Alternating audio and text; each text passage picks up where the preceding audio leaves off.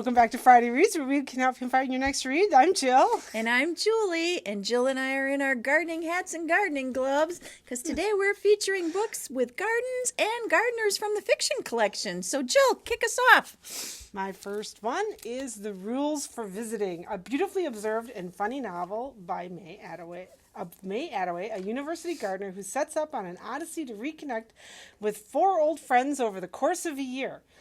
At 40, May Attaway is more at home with plants than people. Over the years, she's turned inward, finding pleasure in language, her work as a gardener, and keeping her neighbors at arm's length while keenly observing them. But when she is unexpectedly granted some leave from her job, May is inspired to connect with 4 once close friends. She knows they will never have a proper reunion, so she goes one by one to each of them. A student of the classics, May considers her journey a female odyssey. What might be the world have had if, instead of waiting, Penelope had set out on an adventure of her own? Rules for Visiting is a woman's exploration of friendship in the digital age. Deeply alert to the nobility and the ridiculousness of ordinary people, May savors the pleasures along the way: afternoon ice cream with a long-lost friend, surprise postcards from an unexpected crush, and a moving encounter with ancient beauty.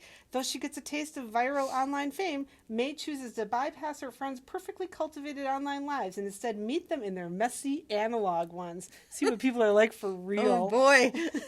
Ultimately, May learns that a best friend is someone who knows your story, and she inspires us all to master the art of visiting. This was published in 2019, Rules of Visiting by Jessica Francis Kane. My first pick is The Peculiar Garden of Harriet Hunt, and this was published last year by Chelsea Iverson. Harriet Hunt is completely alone. Her father disappeared months ago, leaving her to wander the halls of Sunnyside House, dwelling on a past she'd rather keep buried. She doesn't often venture beyond her front gate, instead relishes the feel of dirt under her fingernails and of soft moss beneath her feet. Consequently, she's been deemed a little too peculiar for popular Victorian society. But this solitary life suits her fine, because in her garden, magic awaits. Harriet's garden is special. It's a wild place full of twisting ivy, vibrant plums, and a quiet power that buzzes like bees. Caring for this place and keeping it from running rampant through the streets of her London suburb is Harriet's purpose. When suspicion for her father's disappearance falls on her, she marries a seemingly charming man, the first to see past her peculiarities, in order to protect herself. But it's soon clear, however, that her new husband might be worse than her father, and that she's integral to a dark plot created by the men around her. To free herself and discover the truth, she must learn to channel the power of her strange, magical garden. This book is a perfect modern fairy tale about women taking control of their lives with a little help from the magic within them. So, The Peculiar Garden of Harriet Hunt. Makes me want my own peculiar garden. This is The Walled Garden by Robin Farrar Moss. This was published in 2022. American grad student Lucy Silver arrives in England hoping to solve a long-standing literary mystery, write her dissertation, and finish her graduate studies in a blaze of academic glory.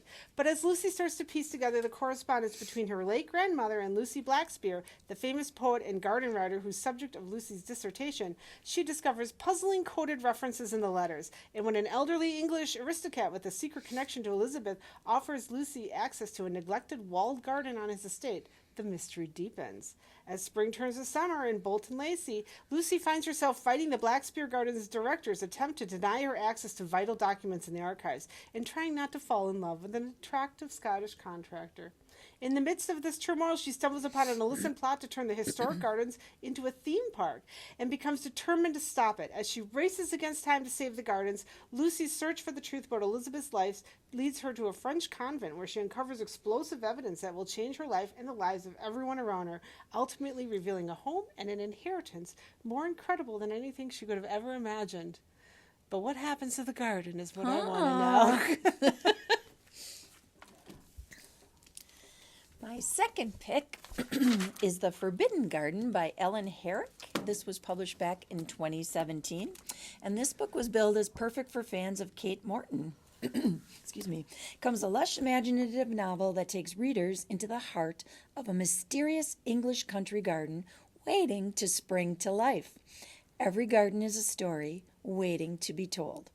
At the nursery she runs with her sisters on the New England coast, Sorrel Sparrow, love the name, has honed her rare gift for nurturing plants and flowers. Now that reputation and a stroke of good timing land Sorrel an unexpected opportunity, reviving a long, dormant Shakespearean garden on an English country estate. Sounds like a dream come Yeah, true. it sure does. Arriving at Kirkwood Hall, ancestral home of Sir Graham Kirkwood and his wife Stella, Sorrel is shocked by the desolate state of the walled garden. Generations have tried and failed to bring it back to glory. Sorrel senses heartbreak and betrayal here, perhaps even enchantment. Intrigued by the house's history, especially the haunting tapestries that grace its walls, and increasingly drawn to Stella's enigmatic brother, Sorrel sets to work. And though she knows her true home is across the sea with her sisters, instinct tells her that the English garden's destiny is entwined with her own, if only she can unravel all of its secrets. So the Forbidden Garden, sent across the pond to the English countryside. Sounds like a good gig to me. I don't think I've seen enough English gardens in my life. I've seen like one or two. This one isn't so much about a garden, but it has got a sentient plant in it that I had to include it. The Spell Shop by Sarah Beth Durst. This was published in 2024. Keela has always had trouble dealing with people. Thankfully, as a librarian at the Great Library of Elysium, she and her assistant Cass, a magically sentient spider plant, have spent the last decade sequestered among the Empire's most precious spellbooks, preserving their magic for the city's elite. When a revolution begins and the library goes up in flames, she and Cass flee with all the spellbooks they can carry and head to a remote island Keela never thought she'd see again, her childhood home. Taking refuge there, Keela discovers, much to her dismay, a nosy and very handsome neighbor who can't take a hint and keeps showing up day after day to make sure she's fed and help fix up her new home. In the need of an income, Kyla identifies something that even the bakery in town doesn't have: jam. With the help of an old recipe book her parents left and a bit of illegal magic, her cottage garden is soon covered in ripe berries. But magic can do more than make life a little sweeter, so Kyla risks consequences of using unsanctioned spells and opens the island's first ever and much-needed secret spell shop. Like a Hallmark rom-com full of mythical creatures and fueled by cinnamon rolls and magic, the spell shop will heal your heart and feed your soul. And you can be friends with the spider plant. I mean, My third pick is part of a series. This is Murder in the Secret Garden by Ellery Adams. This was published back in 2017. This is the third book in the series, which begins with Murder in the Mystery Suite and is followed by Murder in the Paperback Parlor. So things really go to seed in this novel. In the Book Retreat Mystery Series, there's a hidden garden bordering the grounds of Jane Stewart's book-themed resort, a garden filled with beautiful but deadly plants, such as mandrake and nightshade. Tucked away behind ivy-covered walls and accessible only through a single locked door, this garden is of special interest to Jane's current group of guests, the medieval herbalists. Ooh. But when one of them turns up dead, Jane must discover whether a member of the group has come to Storyton Hall to celebrate their passion for plant lore or to implement a particularly cruel means for murder. With thousands of books at her disposal, Jane believes she has the proper materials to solve this deadly problem. If she's wrong, however, she may lose something far more precious than the contents of Storyton's secret library. So, wow. Books and gardens. So, Murder in the Secret Garden. Medieval plant maker. What is that? All right. So this is one of my favorite local authors, The Simplicity of Cider by Amy Richard. Focused and unassuming fifth-generation cider maker Sana Lund has one desire: to live a simple, quiet life in her family's apple orchard in Door County, Wisconsin.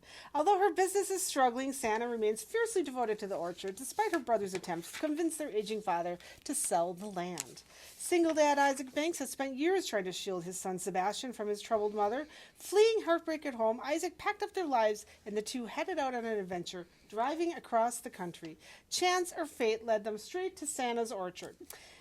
Isaac's helping hands are much appreciated at the apple farm, even more when Santa's father is injured in an accident. As Santa's formerly simple life becomes increasingly complicated, she finds solace in unexpected places, friendship with young Sebastian, and something more deliciously complex with Isaac, until an outside influence threatens the farm. So, the simplicity of cider doesn't sound too simple to me. I liked that book. I agree. I like her as a writer. Yeah, and I don't know, she lives locally somewhere. So my next one is The Gardener's Plot. I really picked this one by the cover. I thought this had a cute cover. This was published last year. A woman helps set up a community garden in the Berkshires, only to find a body in one of the plots on opening day. After life threw Maggie Walker a few curveballs, she's happy to be back in the small Berkshires town where she spent so much time as a child. Marlowe holds many memories for her, and now it also offers a fresh start. Maggie has always loved gardening, so it's only natural to sign on to help Violet Bloom set up a community garden. Gotta love the names in this one. When opening day arrives, Violet is nowhere to be found, and the gardens are restless. Things go from bad to worse when Maggie finds a boot buried in one of the plots. Ooh. And there's a body attached to it. Oh, no. Suddenly, the police are looking for a killer, and they keep asking questions about Violet. Maggie doesn't believe her friend could do this, and she's going to dig up the dirt she needed to prove it. The Gardener's Plot takes readers to the heart of the Berkshires and introduces amateur sleuth Maggie Walker in this book. It won a Mystery Writers of America First Crime Novel Award, winning debut, so check out The Gardener's Plot, a must-read for anyone loving a gentle, village-based mystery. And a good pun. It's got tons and of it's an engaging look. It said it was an engaging look at small-town life and death. So I'll talk. Find a boot in your garden attached to a person. So my last one today is The Seed Keeper by Diane Wilson. This was published in 2021.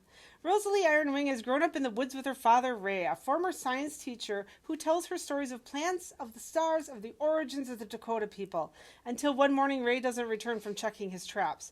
Told she has no family, Rosalie is sent to live with a foster family in nearby Mikado, where the reserved, bookish teenager meets rebellious Gabby Makepeace in a friendship that transcends the damaged legacies they've inherited.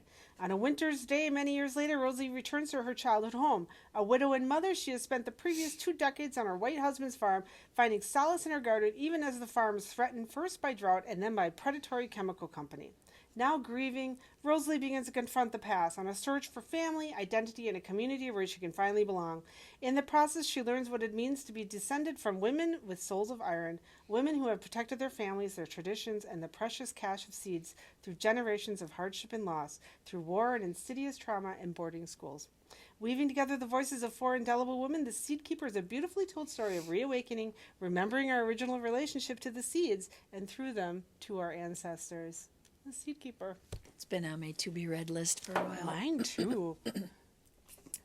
My last pick, also picked because of the cover and the title. This is Digging In by Loretta Nyan. This was published in 2018. This just looked like such a cute cover. It is. So, Paige Moresco found her true love in 8th grade and lost him 2 years ago. Since his death, she's been sleepwalking through life, barely holding on for the sake of her teenage son. Her house is a wreck, the grass is overrun with weeds, and she's at risk of losing her job. As Paige stares at her neglected lawn, she knows she's hit rock bottom. So she does something entirely. She begins to dig.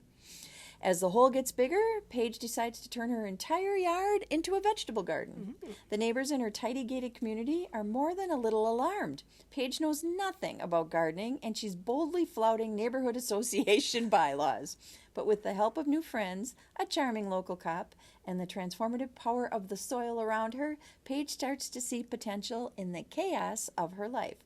Something big is beginning to take root, both in her garden and in herself. So digging in. Just stare at your lawn and then decide to dig it all up and turn it into a vegetable garden. Sounds like a great idea. Yeah, less mowing. Well, if you are in the mood for gardening like I am now. Me too. I hope we have some books that you can read in your garden while you're waiting for it to warm up. Stop in at the Kimberly Library and check and see how our plants are doing. They're doing very well. Jill's getting excited to put them out in the raised planting beds out back, but it's a little too soon yet. Yeah, you'll see these marigolds again. Hopefully once they're blooming out in the sunshine. You can find our videos on our Facebook page, the Kimberly Public Library website and YouTube channel. And until next time, happy gardening and thanks for watching. Bye.